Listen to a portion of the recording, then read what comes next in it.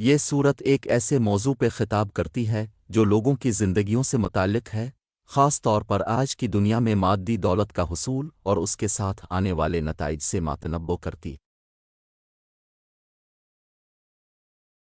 آئیے اس آیت کو کھولتے ہیں۔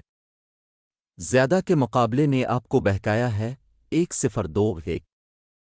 پہلی سطر بقیہ سورہ کے لیے لہجہ متعین کرتی ہے۔ یہ اس بات پر روشنی ڈالتا ہے کہ لوگ کس طرح زیادہ دولت، مادی املاک اور دنیاوی لذتوں کی خواہش میں استعمال ہوتے ہیں۔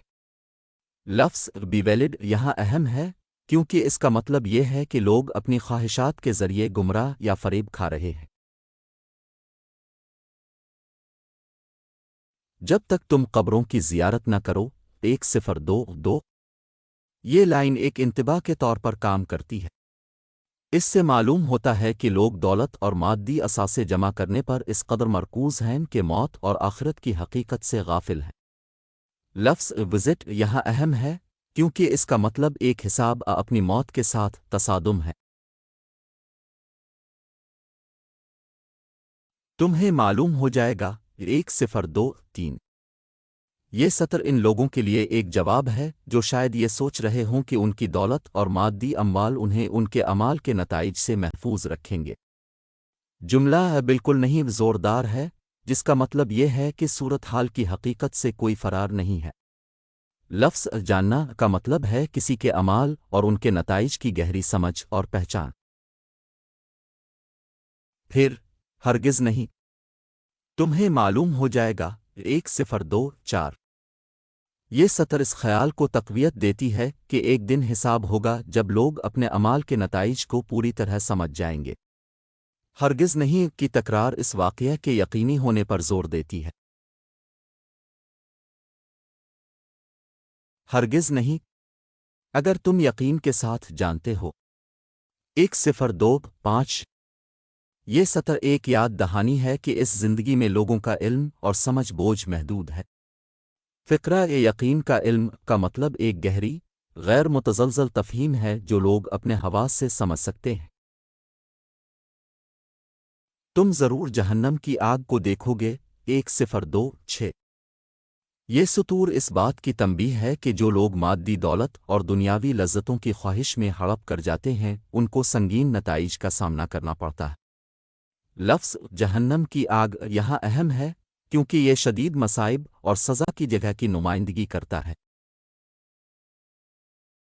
پھر تم اسے یقین کی آنکھ سے دیکھو گے 1:2-7۔ یہ سطر اس خیال کو تقویت دیتی ہے کہ ایک وقت آئے گا جب لوگوں کو ان کے اعمال اور ان کے نتائج کا گہرا ادراک ہوگا۔ فقرہ یقین کی آنکھیں کا مطلب ایک گہری، غیر متزلزل بیداری ہے جس سے نظر انداز انکار نہیں کیا جا سکتا۔ پھر تم سے اس دن نعمتوں کے بارے میں ضرور پوچھا جائے گا 1:2-8۔ یہ سطور ایک یاد دہانی ہے کہ لوگوں کو اس زندگی میں حاصل ہونے والی نعمتوں کا جواب دہ ٹھہرایا جائے گا۔ لفظ نعمتوں یہاں اہم ہے کیونکہ اس کا مطلب یہ ہے کہ لوگوں کو تحفے اور مواقع دیے گئے ہیں جن کو دانشمندی سے استعمال کرنے کے لیے وہ ذمہ دار ہے۔ خلاصہ یہ ہے کہ سورۃ التکاثر لوگوں کو مادی دولت اور دنیاوی لذتوں کی خواہش کے استعمال کے خطرات سے خبردار کرتی ہے۔ یہ موت اور آخرت کی حقیقت کو پہچاننے اور اپنی نعمتوں کو دانشمندی سے استعمال کرنے کی اہمیت پر زور دیتی ہے۔ سورہ ایک یاد دہانی کے ساتھ ختم ہوتی ہے کہ لوگوں کو ان کے اعمال کے لیے جواب دہ کیا جائے گا اور قیامت کے دن ان کے نتائج کا گہرا ادراک ہوگا۔ آسان الفاظ میں یہ سورہ ہمیں تاکید کر رہی ہے کہ دولت اور مال کی دوڑ میں زیادہ نہ پھنسیں۔ ہمیں اپنی اموات اور اس حقیقت سے آگاہ ہونا چاہیے کہ ہم اپنے اعمال کے لیے جواب دہ ہوں گے۔ ہمیں اپنے پاس موجود نعمتوں کو پہچاننا چاہیے اور ان کا خوب استعمال کرنا چاہیے۔ نعمتوں کی امثال۔ اسلامی تعلیمات کی بنیاد پر قیامت کے دن لوگوں سے جن نعمتوں کا حساب لیا جائے گا اس کی چند مثالیں یہ ہیں۔ ایک صحت اور تندرستی۔ اچھی صحت اللہ کی طرف سے ایک نعمت ہے اور لوگوں سے جواب دہ ہوگا کہ انہوں نے کس طرح اپنے جسم کی دیکھ بھال کی اور اپنی صحت کو اللہ کی عبادت اور اپنی ذمہ داریوں کو نبھانے کے لیے استعمال کیا یا نہیں استعمال کیا۔ دو مال و دولت اللہ کی طرف سے نعمتیں ہیں، اور لوگوں سے جواب دہ ہوگا کہ انہوں نے ان کو کس طرح استعمال کیا۔ انہیں دوسروں کی مدد کرنے، ذکو اور خیرات دینے کے لیے استعمال کرنا چاہیے تھا، اور خود غرضی کے لیے ان کا ذخیرہ نہیں کرنا چاہیے تھا۔ وقت اللہ کی طرف سے ایک نعمت ہے، اور لوگوں سے جواب دہ ہوگا کہ انہوں نے اسے کیسے استعمال کیا۔ انہیں اسے اللہ کی عبادت، نیک اعمال اور اپنی ذمہ داریوں کو نبھانے کے لیے استعمال کرنا چاہیے تھا، بجائے اس کے کہ اسے گناہ کے کاموں میں ضائع کیا جائے۔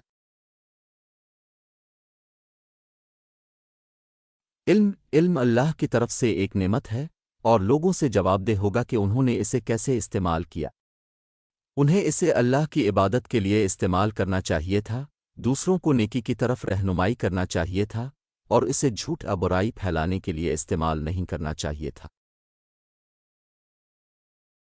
خاندان اور رشتے اللہ کی طرف سے نعمتیں ہیں، اور لوگوں سے جواب دہ ہوگا کہ انہوں نے اپنے خاندان کے افراد اور دوسروں کے ساتھ کیا سلوک کیا۔ انہیں نظر انداز کرنے یا نقصان پہنچانے کے بجائے ان کے ساتھ مہربانی، شفقت اور احترام سے پیش آنا چاہیے تھا۔ فیکلٹیز اور صلاحیتیں، قوتیں اور صلاحیتیں، جیسے کہ بصارت، سماعت اور گویائی، اللہ کی طرف سے نعمتیں ہیں، اور لوگوں سے جواب دہ ہوگا کہ انہوں نے ان کو کس طرح استعمال کیا۔ انہیں اللہ کی عبادت، اچھے کام کرنے اور دوسروں کی مدد کے لیے استعمال کرنا چاہیے تھا، بجائے اس کے کہ ان کا غلط استعمال کرتے۔ مواقع جیسے کہ ایک مسلم گھرانے میں پیدا ہونا، اسلامی تعلیم حاصل کرنا، مسلم کمیونٹی میں رہنا، اللہ کی طرف سے نعمتیں ہیں، اور لوگوں سے جواب دہ ہوگا کہ انہوں نے ان کا استعمال کیسے کیا۔ انہیں ان کا استعمال اللہ کی عبادت کرنے، اپنے عقیدے کو سیکھنے اور اس پر عمل کرنے اور دوسروں کی مدد کرنے کے لیے کرنا چاہیے تھا، بجائے اس کے کہ انہیں معمولی سمجھ کر انہیں نظر انداز کیا جائے۔ قدرتی وسائل جیسے پانی، خوراک اور پناہ گاہ اللہ کی طرف سے نعمتیں ہیں، اور لوگوں سے جواب دہ ہوگا کہ انہوں نے ان کو کس طرح استعمال کیا۔ انہیں ان کا استعمال دانشمندی سے کرنا چاہیے تھا، فضول خرچی سے گریز کرنا چاہیے تھا، اور ان کا ان طریقوں سے استحصال نہیں کرنا چاہیے تھا جس سے دوسروں اور ماحول کو نقصان پہنچے۔ یہ ان نعمتوں کی چند مثالیں ہیں جن کا حساب قیامت کے دن لوگوں سے لیا جائے گا۔ کلید یہ تسلیم کرنا ہے کہ ہمارے پاس جو کچھ بھی ہے وہ اللہ کی طرف سے ایک نعمت ہے، اور ہمیں اسے اس طرح استعمال کرنا چاہیے جس سے وہ خوش ہو اور مختصر اور طویل مدت میں ہمیں اور دوسروں کو فائدہ پہنچائے۔ خود احتسابی اسلام میں لوگوں کو ان کے قدرتی وسائل کے استعمال کے لیے قیامت کے دن جواب دہ کیا جائے گا۔ یہ احتساب افراد، برادریوں اور مجموعی طور پر معاشروں پر لاگو ہوتا ہے۔ قرآن قدرتی وسائل کے ذمہ دارانہ انتظام کی اہمیت پر زور دیتا ہے اور فضول خرچی اور استحصال کے خلاف تنبیہ کرتا ہے۔ یہاں کچھ طریقوں کے بارے میں آگاہی دی گئی جن میں لوگوں کو ان کے قدرتی وسائل کے استعمال کے لیے جواب دہ ٹھہرایا جائے گا۔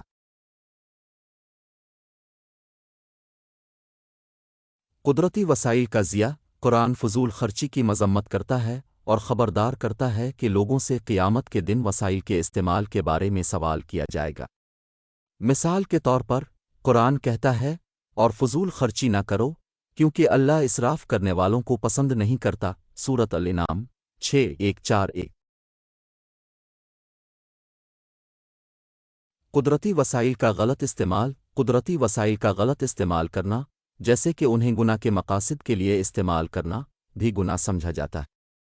مثال کے طور پر پانی یا خوراک کا ضرورت سے زیادہ استعمال کرنا یا غیر قانونی سرگرمیوں کے لیے زمین کا استعمال وسائل کا غلط استعمال سمجھا جاتا ہے۔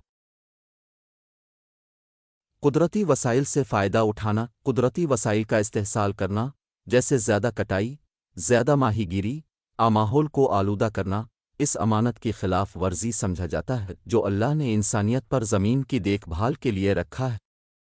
قرآن زمین کی ذمہ داری کی اہمیت پر زور دیتا ہے اور ماحول کو نقصان پہنچانے سے خبردار کرتا ہے۔ قدرتی وسائل کا ذخیرہ کرنا، قدرتی وسائل جیسے زمین، پانی، آمدنیات کا ذخیرہ کرنا جرم سمجھا جاتا ہے۔ اسلام سکھاتا ہے کہ وسائل کو مساوی طور پر تقسیم کیا جائے اور ان کا ذخیرہ کرنا دوسروں کے حقوق کی خلاف ورزی ہے۔ قدرتی وسائل کو عام بھلائی کے لیے استعمال کرنے میں ناکامی۔ قدرتی وسائل کا استعمال نہ صرف فرد بلکہ برادری کے لیے بھی ہونا چاہیے۔ وسائل کو اس طریقے سے استعمال کرنے میں ناکامی جس سے دوسروں کو فائدہ پہنچتا ہے، اسے ایک سرکشی سمجھا جاتا ہے۔ مثال کے طور پر ضرورت مندوں کے ساتھ وسائل کا اشتراک نہ کرنا، انہیں صرف ذاتی فائدے کے لیے استعمال کرنا انصاف اور ہمدردی کے اصولوں کی خلاف ورزی ہے۔ ماحول کو نقصان پہنچانا، ماحولیات کو نقصان پہنچانا، جیسے آلودگی یا جنگلات کی کٹائی کے ذریعے، ایک جرم سمجھا جاتا ہے۔ اسلام سکھاتا ہے کہ آنے والی نسلوں کے لیے قدرتی دنیا کی حفاظت اور محفوظ کرنا انسانوں کی ذمہ داری ہے۔ قیامت کے دن لوگوں سے ان کے قدرتی وسائل کے استعمال کا حساب لیا جائے گا۔ ان سے پوچھ گچھ کی جائے گی کہ اللہ تعالیٰ نے جو وسائل انہیں فراہم کیے ہیں، ان کو انہوں نے کیسے استعمال کیا، اور ان کے اعمال کی بنیاد پر ان کا فیصلہ کیا جائے گا۔ وہ لوگ جنہوں نے ذمہ داری سے اور اس طریقے سے وسائل کا استعمال کیا جس سے دوسروں کو فائدہ پہنچے، انہیں انعام دیا جائے گا، جبکہ وسائل کا غلط استعمال کرنے والوں کو سزا دی جائے گی۔ خلاصہ یہ کہ لوگوں کو قدرتی وسائل کے ان کے ذمہ دار یا غیر ذمہ دارانہ استعمال، غلط استعمال، استحصال، ذخیرہ اندوزی، عام بھلائی کے لیے استعمال کرنے میں ناکامی اور ماحولیات کو نقصان پہنچانے کی بنیاد پر جواب دہ ٹھہرایا جائے گا۔ یہ تسلیم کرنا ضروری ہے کہ قدرتی وسائل اللہ کی طرف سے ایک نعمت ہیں، اور اس کا استعمال اس طرح کیا جانا چاہیے جس سے وہ خوش ہو اور انسانیت اور ماحولیات کو فائدہ پہنچے۔ اصولوں اور طریقوں کا اشتراک کرنا۔ اسلام کئی اصولوں اور طریقوں کے ذریعے افراد اور برادریوں کے درمیان قدرتی وسائل کی مساوی تقسیم کو فروغ دیتا ہے۔ یہاں کچھ طریقے ہیں جن میں اسلام قدرتی وسائل کی منصفانہ تقسیم کو فروغ دیتا ہے۔